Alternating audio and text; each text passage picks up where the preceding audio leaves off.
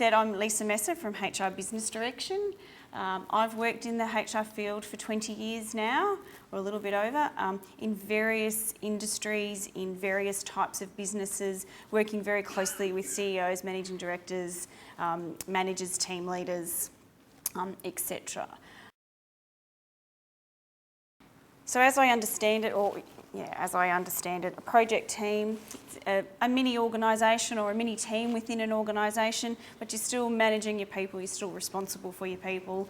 So it's important to manage them properly in such a way that you are maximising their productivity and performance to ensure a successful project. So I understand that the people component is simply that. It's a component of project managing, and you have a whole lot of other things that you need to consider. Although, as I say, no people, no project. So assuming that you are doing a project, managing a project team, it's a bit hard to do that without that team to get the end result that you want to get. So that being the assumption, you want to ensure that that your staff are healthy, they're safe, they're engaged, they're interested, and they're working towards that common goal. Hopefully you agree with that, and that's because sometimes the legislation says that you have to when you're talking about health and safety, for example. But I think that you would appreciate that if you do all those things, you are going to get the most out of them. The first thing I wanted to talk about was leadership. Now I know that you may not be the owner or the CEO or whatever, but you are managing a team of people, so you do need to lead them. So I wanted to talk about leadership because I think that's where it all begins, and I think that's where your biggest impact is. There's a lot of theoretical leadership frameworks and models out there, and I'm sure that you've probably heard about some of them. But they're all very similar, so they've got lots of similarities about them. So I just wanted to run through what I believe, I suppose, the characteristics are to be an exceptional leader, and hopefully you can look at applying those when you're managing your projects with your people. And the first one is model the way, which is self-explanatory. That's about setting the standards and examples for others to follow. Set small goals, so that people feel like they're accomplishing as they go along and working towards that larger goal. Guide them, create opportunities. So essentially model the way. The next one is inspire a shared vision. So be passionate about the project. Be passionate about what you're trying to achieve. Be passionate about the goals. And get that buy-in from your project team. Get them excited about what they're about to do and how they contribute and what the possibilities are.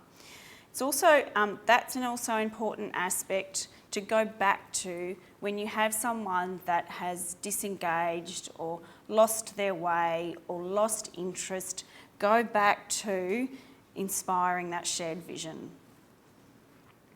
The next one is challenge the process. So look for innovative ways to improve, whether that be the process that you're going through to achieve that goal or what you actually are trying to achieve.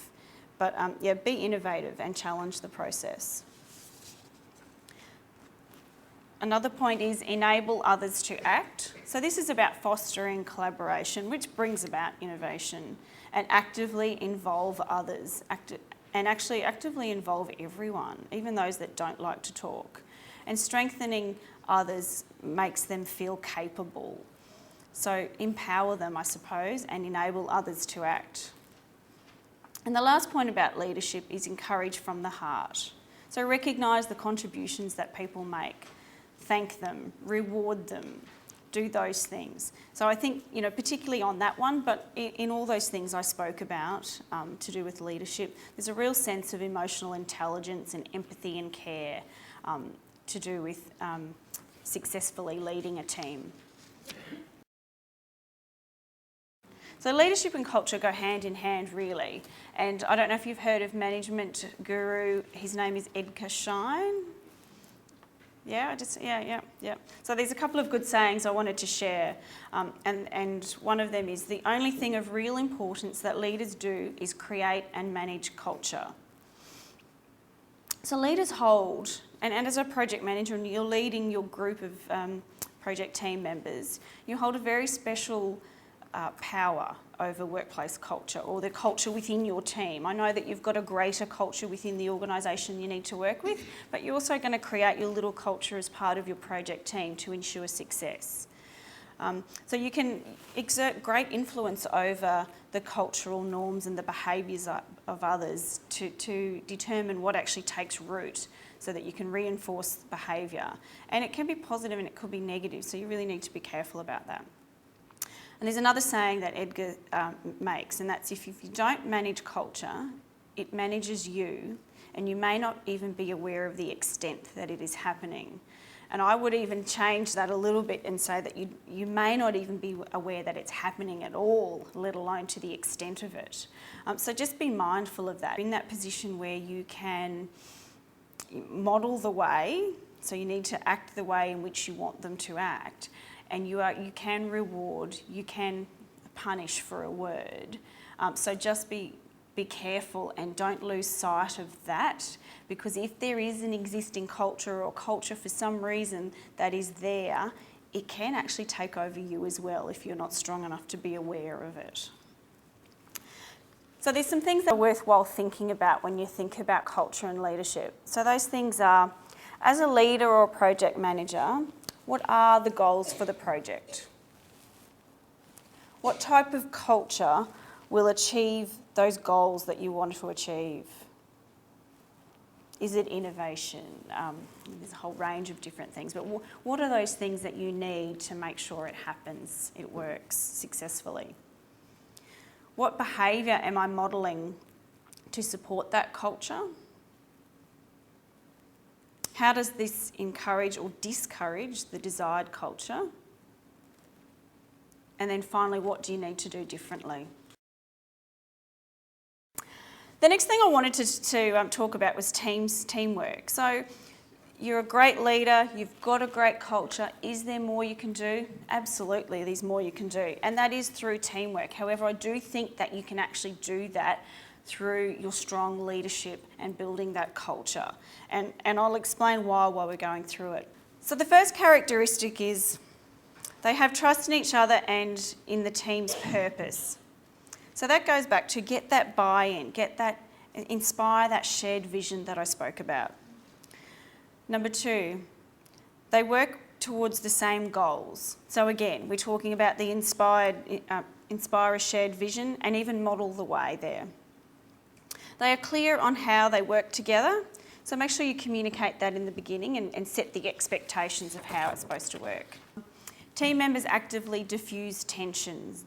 So create that culture right from the beginning and enable others to act. The team engages in discussions and everyone contributes. So seek that contribution and encourage it. Enable others to act. Disagreement is positive and conflict is managed. Model the way, enable others and challenge the process. The team makes decisions, so again, enable others to act.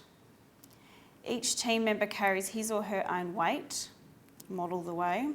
And finally, the last characteristic of a high-performing team is no individual members are more important than the team. So inspire a shared vision and encourage from the heart.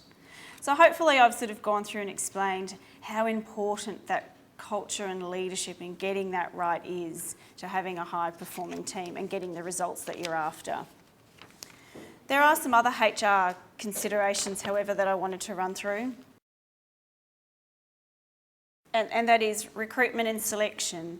So I don't know if you've got the opportunity to decide and choose who goes on your team, maybe sometimes.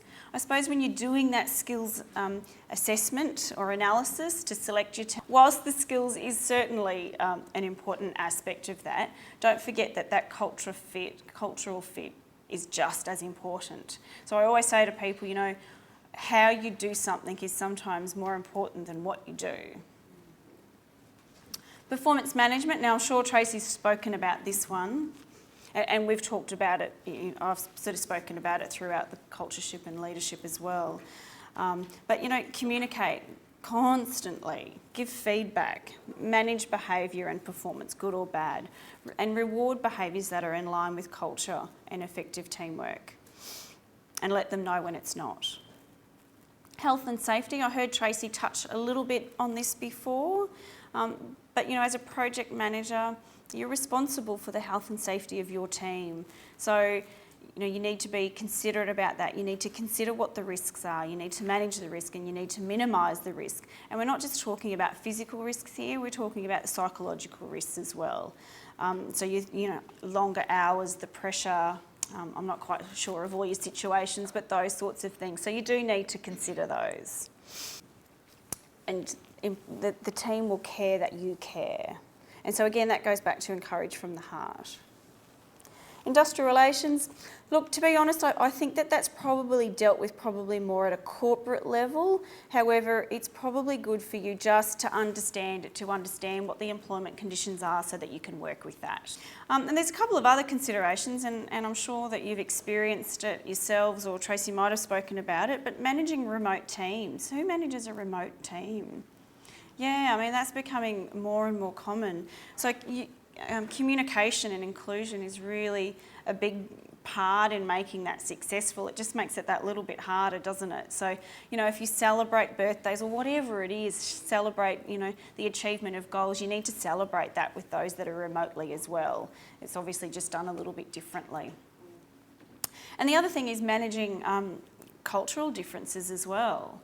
There's a lot of offshoring that's happening and teams being managed offshore, but then we've got a multicultural environment as well. So I think that it's definitely worth doing your research so that you can understand and respect that, because you might just have to manage a little differently.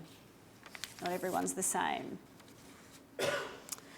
So look, that's really all about what I wanted to add. I hope that you found that interesting and useful. For ongoing tips, please follow us on Twitter, LinkedIn, Facebook, whatever you like, whatever you prefer, and hopefully we can give you some tips along the way. Thanks for listening. Enjoy lunch and the rest of your program.